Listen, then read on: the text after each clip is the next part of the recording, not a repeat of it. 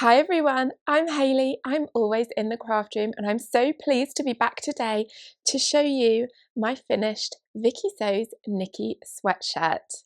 I have made this pattern before. This is my second iteration and I have used quite a different fabric than that which is recommended.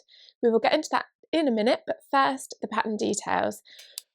When I downloaded this pattern, it was available for free on the Viki Sews website. You do only get single size patterns on their website, though my wonderful commenters have told me that they do multi-size paper patterns. I downloaded the PDF though, and I chose the size 40, and I'm really happy with the amount of ease that that has. It is intended to be an oversized sweatshirt. You do choose your size also by your height range. I went for the petite option, which is actually only intended for people up to a height of 160 centimetres. I'm 162, but all of my height is in my legs. I have a proportionately very short torso, and I generally shorten all patterns by 4 centimetres in the torso. So I went for the petite version, and I'm really happy with the length that this turned out. As I say, I've made it before, so if you want all of the details, go watch that video. I loved that sweater so much. I've worn it absolutely loads. I knew I wanted another version in my wardrobe, and so I decided to give it a go from this beautiful tweed, which, as you can imagine, is a non-stretch woven. So it was a bit of a gamble, but you know, having worn it so much, I knew that it really was oversized, and I've worn this twice already and I haven't found any problems with mobility or comfort. It seems absolutely fine in a non-stretch fabric in my size. I did use stretch knit fabric for the neckband. The pattern obviously specifies sweatshirting for the main body and then ribbing. I didn't have any ribbing on hand, so I've just used a really stretchy polyester knit that had really good recovery. It has a very high elastane content, and I do think I've done a good job on the neckband, and I love that it's black for a bit of contrast. Obviously, I needed to use something stretchy for the neckband. So in terms of construction, I obviously just kind of had to throw the pattern instructions out of the window and go my own way since I was using such a different fabric. And this tweed phrase. So this tweed is from LINTON, who are a weavers in Carlisle. And if you haven't heard of LINTON, they are a heritage brand, very famous for supplying Chanel with tweed for their little jackets and, you know, the Chanel tweed quintessential kind of suit. But I looked on their website earlier and they supply everyone.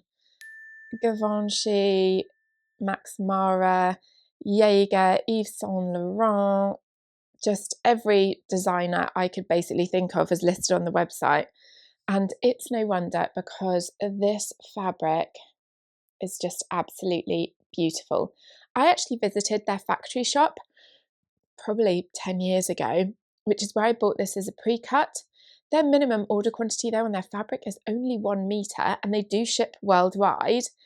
I don't know if their factory shop is still open to the public. I had a look on the website, as I say, and I couldn't find any details. So if you are local to them or have been recently and know, please do share in the comments below. I absolutely adore this fabric. I like the black base, I love the silver, and these tiny pom-poms of all different colours are just beautiful. But as you can see, it poses some construction challenges because it is so loosely woven. So I was contemplating how to deal with it, and I came up with a few options. A traditional Chanel style French jacket would normally be quilted, wouldn't it? So I did think about quilting it, and I just decided it would end up too puffy and stiff and not really what I was going for. I'm happy for this to be kind of see-through. If I stood with bright sunlight behind me, you would be able to see my outline through it because it is so loosely woven. But on an oversized sweatshirt, I don't mind that, and you all know I am afeared of getting a chill on my kidneys. So I am wearing a vest from October till March. So it's really no problem if it's ever so slightly sheer. I don't think it is in general though. I honestly think it would only be if I were backlit. So I didn't really fancy going the quilting route. I also considered just underlining it, sewing another fabric to this as a kind of backing and then treating them as one during construction. Again, I just didn't want to make it bulkier and stiffer.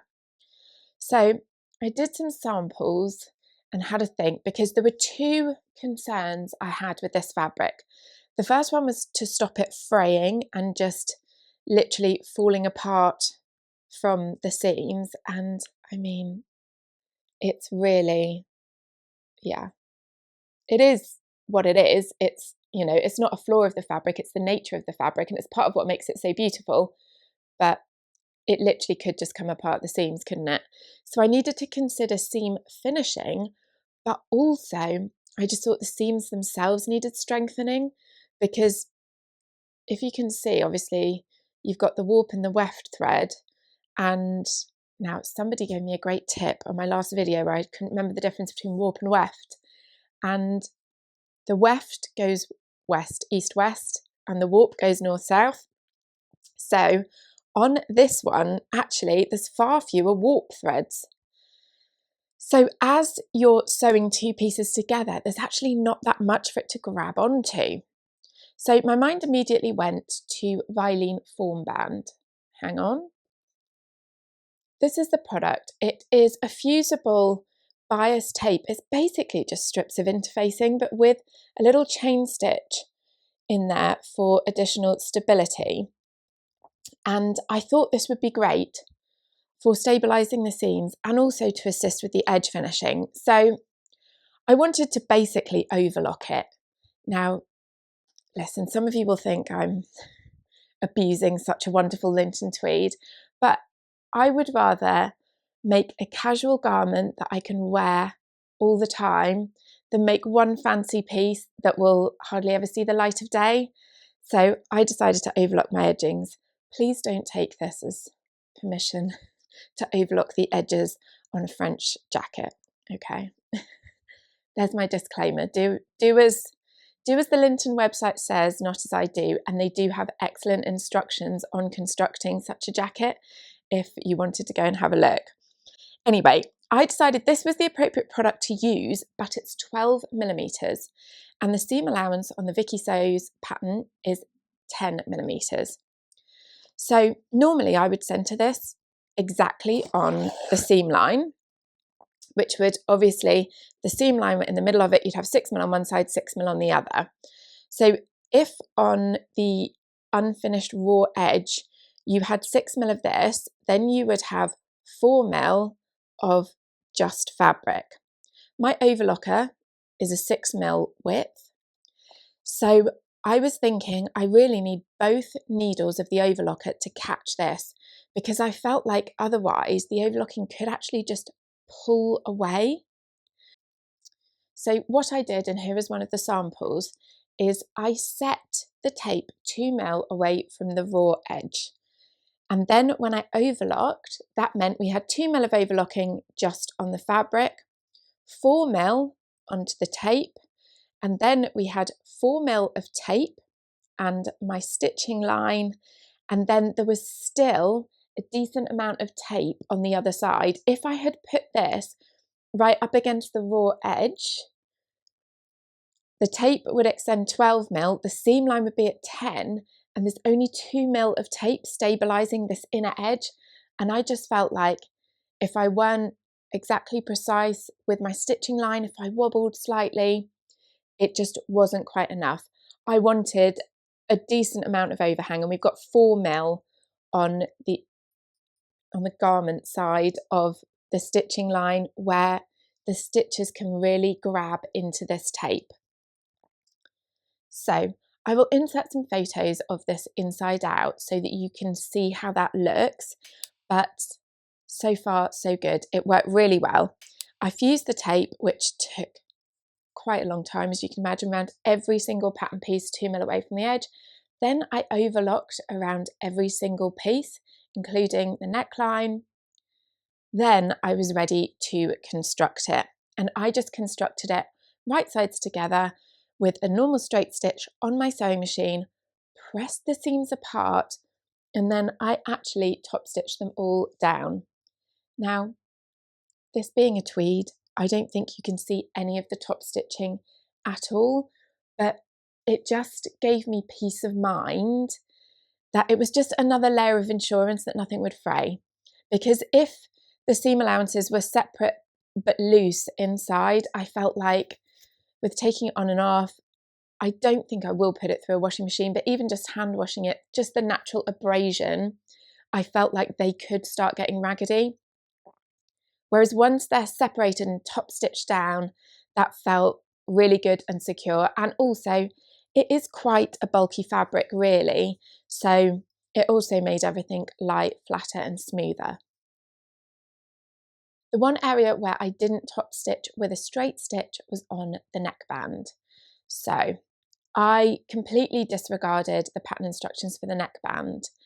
The pattern piece that comes with the pattern doesn't have seam allowances on both sides of the neckband, because what you're supposed to do is fold it with one seam allowance extending, sew the seam allowance obviously to the outside, flip it in, and then cover stitch over the top of the raw edge.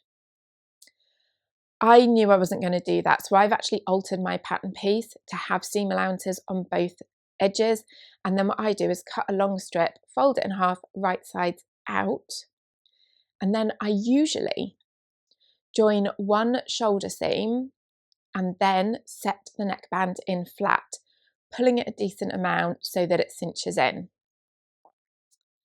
That is initially what I did with this, and it didn't work. I think it's a combination of the fact that it is quite a steep curve. It's quite a high neckline. I'd call it a crew neckline.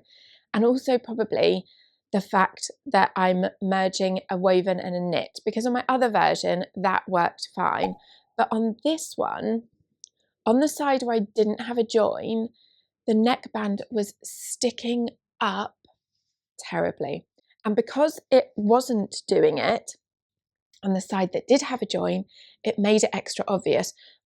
On one side, the neckband was just like, and it really looked bad. So actually, what I ended up doing was cutting the neckband into two parts and then sewing them so that they meet here with an angle, if that makes sense. So there's a wedge out, rather than a straight piece of fabric that has to turn this very tight bend. We've got almost like the point of a V-neck, I would say, but on the shoulder seams. And I think that has solved the problem of the sticky uppy neckband, and I'm very happy with it. So I did stretch the neckband as I put it in, not as much as I did on the sweater knit version, because I didn't want it to actually suck this in a visible way. I wanted it to give it some stretch, but I didn't want this to kind of cinch visibly at all.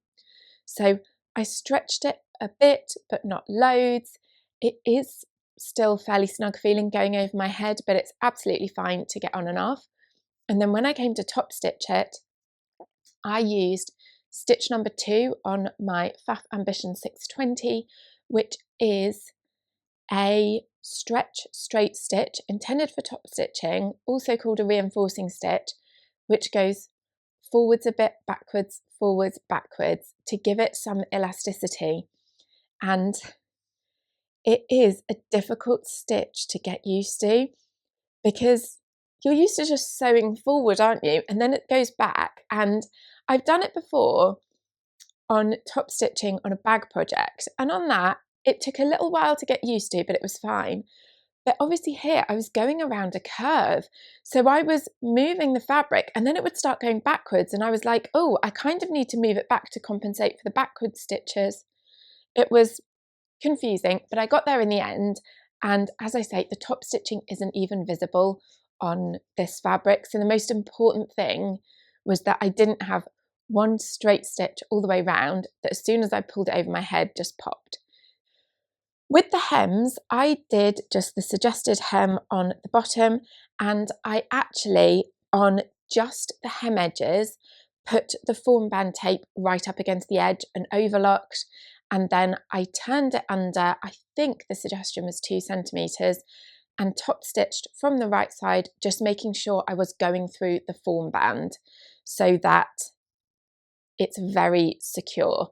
I didn't want tweed plus tweed and thread. I wanted tweed, form band, tweed, and then thread through all of it for strength and integrity. Now, the sleeve length, you will notice, is different from the pattern and from my other version, and that is thanks to one of you. I was musing on whether this fabric would suit this pattern, and one of my lovely commenters said, I think that would be great, but it would look better with 3/4 length sleeves, and I agree. I was planning to piece the sleeves because, as I say, I just had one pre-cut of this fabric. It wasn't massive. When I laid out all the pieces, I could just about do it, but I could only get 3/4 of the sleeve length. And what I did then with the remaining bit of fabric was I was ready to cut 2 bottoms of sleeves. So if you can imagine, that is what a sleeve piece looks like. And because the print isn't directional, I was able to put one on top of the other. And then I was going to cut along there where I had added a seam allowance and sew these pieces to the bottom of this sleeve, thereby ending up with full length sleeves. As you can see, that was my plan. I cut it all out. I even fused these bits, and then I didn't do it. I thought after I read that comment, I'll just try it on with 3/4 sleeves, see what I think. And I thought it was absolutely spot on as it was, so I left these off. Now this did create a problem, because if you look at these pattern pieces, you can see the flare for the hem. And that is because obviously when you turn the hem up, you need this extra width so that it meets further up. If you know what I mean, you'll know exactly what I mean. If you don't know what I mean, I'm explaining that terribly. But because I had been intending to piece these here, my pieces are just straight like that. They're just literally coming in and in and in, and then I like cut it off there. And so when I went to turn in the hem, I didn't have enough circumference to meet the rest of the sleeve. So I did want a fairly weighty hem on these. I just thought it would look nice if it was quite firm. So I was originally turning up a 4 centimetre hem allowance. You can see how much this narrows. If I try and hold my arm really straight out, it's narrowing at quite a rate, isn't it? So by 4 centimetres, it was like there. When I flipped it in, it was obviously up here, and I couldn't get it to go all the way around the edge to top stitch. I wasn't really sure what to do about it. I wondered if I could just loosely catch stitch it, but I did think I'd probably poke my fingers in and rip it. I had a look in the haberdashery drawer and came up with what I thought was a genius idea. I came across some stretch lace elastic, which I actually use for making underwear. And I thought, oh, that will be perfect because it was very wide. So I figured if I sewed it to the bottom of the sleeve, just 1 for 1, and then when I flipped it in, it would have enough give to go all the way around the sleeve further up.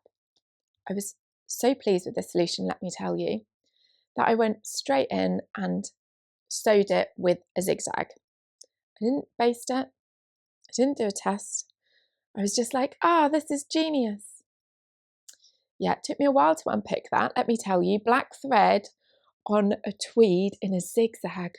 Yikes. Anyway, the reason it didn't work, some of you will have figured out already, is that, of course, the stretch lace elastic, once it was up here, did what elastic does and returned to its normal width and made this like weird gathering situation that was not looking at all intentional. It wasn't like I'd put elastic in the hem and fully like cinched it. It was just this awkward row of kind of bunchy stitches 4 centimetres up the sleeve. So I sacked off that idea, and instead what I did was just double turned a hem, set a very long stitch length and hoped for the best. And I think it's fine. It doesn't look weird, does it? Does it? I don't think it does. It's fine. And the double turned hem actually has made for a really nice weighty hem that holds its shape. So I got there in the end. I think that's all of the details about this sweater. I am honestly so pleased with it. I'm so glad I found a use for this fabric, which had been sitting in the stash those whole 10 years, because I originally bought it to make a skirt for work and then didn't need one when the toile turned out really well. So this top is something I will get so much wear out of. I was worried actually it might be uncomfortable, but it's not at all. It's just such a gorgeous top. I'm absolutely thrilled with it. And I hope you enjoyed hearing all about it. See you again soon. Bye.